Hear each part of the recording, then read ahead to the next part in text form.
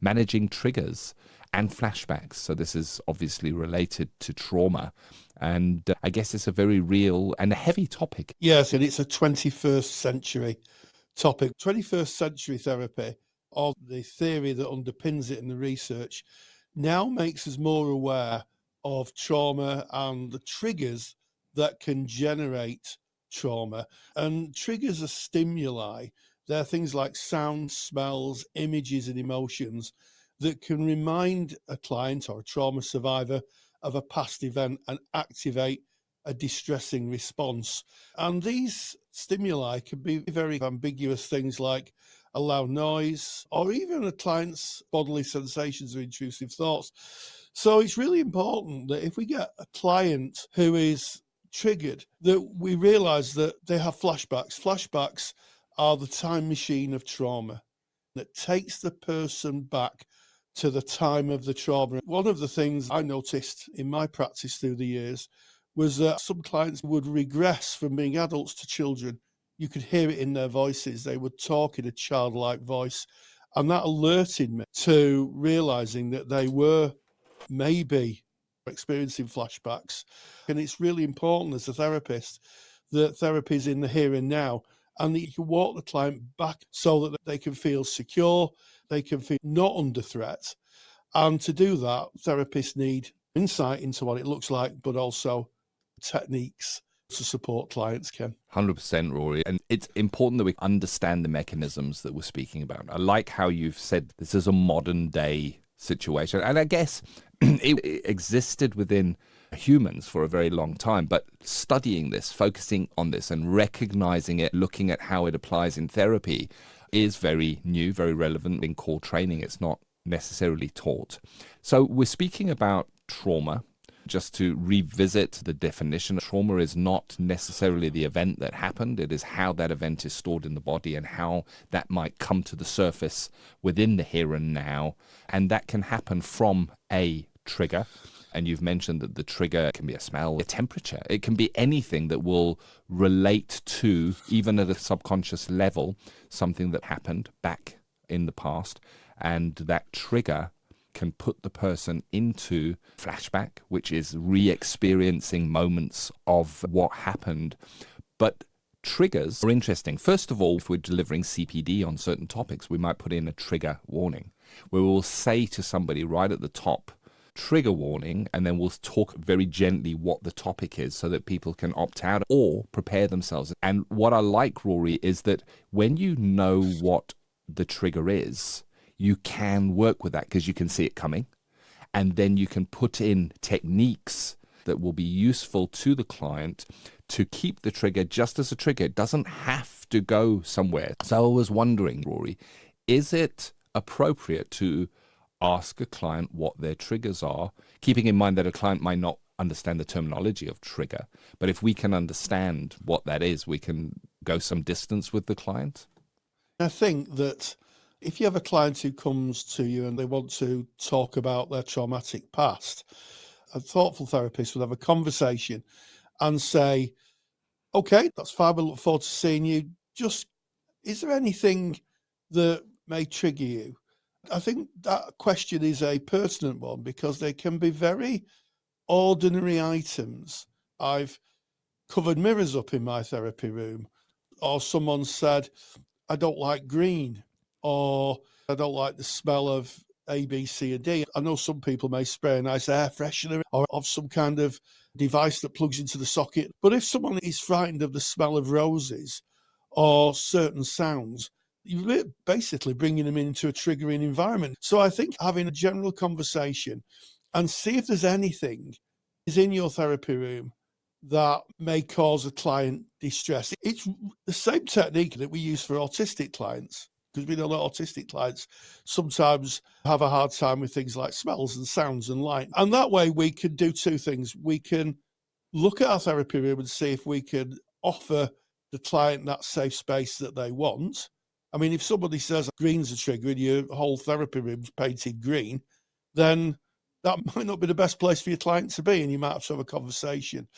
But also it gives us information. It gives us a base to work at so that we're already understanding the client before we meet them.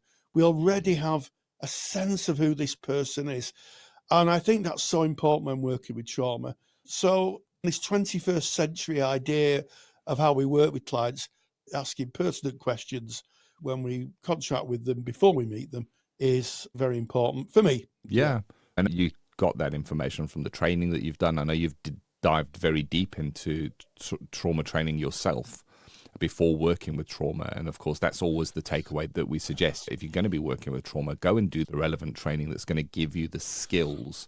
When we're talking about the triggers, first of all, we're talking now about psychological education, sharing what a trigger is with our client. They may not recognize it as a trigger, but what the client definitely will recognize is the outcome of the triggers when they find themselves in that highly stressful, emotional state. And it can be back engineered. We can help a client back engineer what started this, what was the first thing that set this off. Keeping in mind it can sometimes be subconscious and not seen and recognized. You just find yourself in the past and in the emotion of it. And one of the ways of doing it is encouraging the use of a trigger journal to recognize patterns within clients so that we can understand what kind of situations they get themselves in, and trying to understand to help the client see what their own triggers may be. Because as we said at the beginning, if you can spot the trigger or know what the trigger is, there's an opportunity of avoiding or mitigating within the presence of that trigger. One of the ways of helping a client managing the trigger is with grounding technique. And grounding is a form of mindfulness. Grounding basically is putting yourself very clearly in the present moment, in the here and now. And it's very difficult. Very often the client may, within the trauma and within being swept up in that, be carried by it, almost hijacked by it. So coming back to the here and now is a safe place, because nothing is going on within the present moment. It's just them in the room or online with you. Grounding techniques, one is the 5, 4, 3, 2, 1 method, encouraging clients to name 5 things that they can see right now in the room. What are 5 things that you can see? And the reason this works is because it brings my focus and my concentration on what is here in front of me. 4 things that you can touch within the room right now. Then asking them 3 things that you can hear. Maybe they can hear your voice, the birds outside. Once again, they're in the here and now. 2 things that they can smell, and 1 thing that they might be able to taste. So that is the 5, 4, 3, 2, 1. But the purpose of that really is a grounding, mindful technique to break being in the emotion and being carried away by it, bringing the person back into the here and now. Calm breathing also works. Even physical movement, Rory, stretching, walking, standing up, moving your arms around. It's just stop that thinking, stop being hijacked, and come into this present moment. Absolutely. And in my studies in trauma-informed therapy, I began to understand that what you're trying to do, certainly with the 5, 4, 3, 2, 1 technique, is you're taking people out of that emotional part of the brain, which is the autopilot of our behavior. Once we're in that emotional middle part of our brain, everything else is switched off. We're there at the time of the trauma. We're experiencing it. We can feel it. In some cases, people can even see it. We're taking the client away from that, and we're moving them in to the top of the brain so that they can actually function more. And I'll give you an example of this.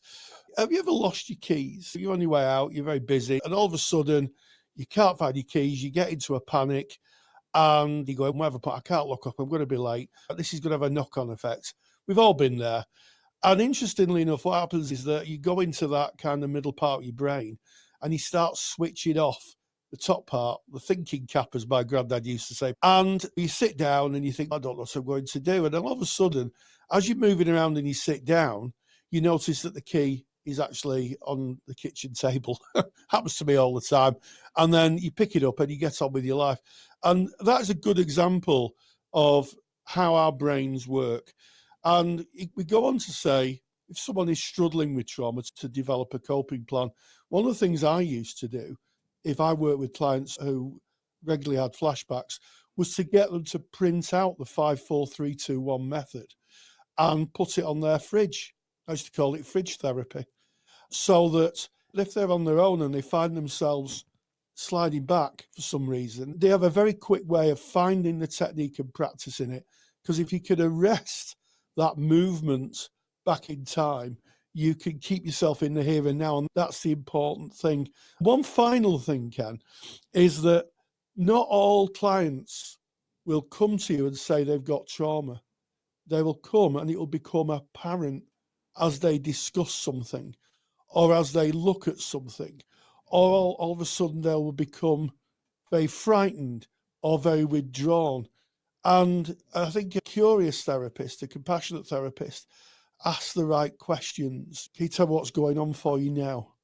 And if a client says, it's that, I can hear something outside that reminds me of the trauma, you can then activate your trauma-informed skill set to be able to bring the client back into the here and now, because you can't do therapy with a disassociated client. If they're back in time and they're completely lost in the trauma, then you're going to have some difficulty bringing them back. So developing a coping plan is really important, and also includes self-soothing techniques. Who's your safe people to contact? Do you have any people you can speak to? What's your wider network like? What is it that keeps you safe? I had a colleague who would carry a colouring book, and if she felt herself having a bit of a bad day, she would use the colouring book, and that would completely fill her mind up and would keep her safe. So you can see that there's so much more to being a trauma-informed practitioner than we might have first thought. It's a set of skills that is taught, and it really is in the service of your client. Couldn't agree more. It's interesting when you were speaking about recognizing this within a client. It's unlikely that a client's going to come in and say, hello, it's great to meet you. The reason I'm coming here is because I have trauma and I experience triggers and flashbacks. That's very rare. It's going to come down to active listening. Now, if you remember lessons on active listening, it wasn't just the words. If you are in the room with a client or online and you can clearly see that client and you're connected with that client and you are actively listening, you're going to see a change in their breathing. Maybe they start wringing their hands, showing responses that we might link into a trauma response of some kind.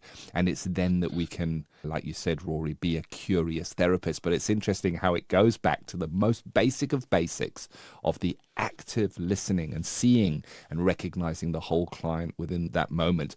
And what's interesting in the helping of managing clients with triggers, keeping themselves robust by the things that they like to do. It might be listening to music, coloring books. And it's very similar with autism. If a person maybe has a meltdown or is struggling within a session, we understand before this moment what will regenerate this person and that will add points in again. There's often so much trauma of having to face life as a neurodivergent individual and live in a different world that you're not adapted to, and you have to create your own techniques and ways of being able to deal with that. So something we see quite often if you are working with a neurodivergent individual, you're going to see trauma.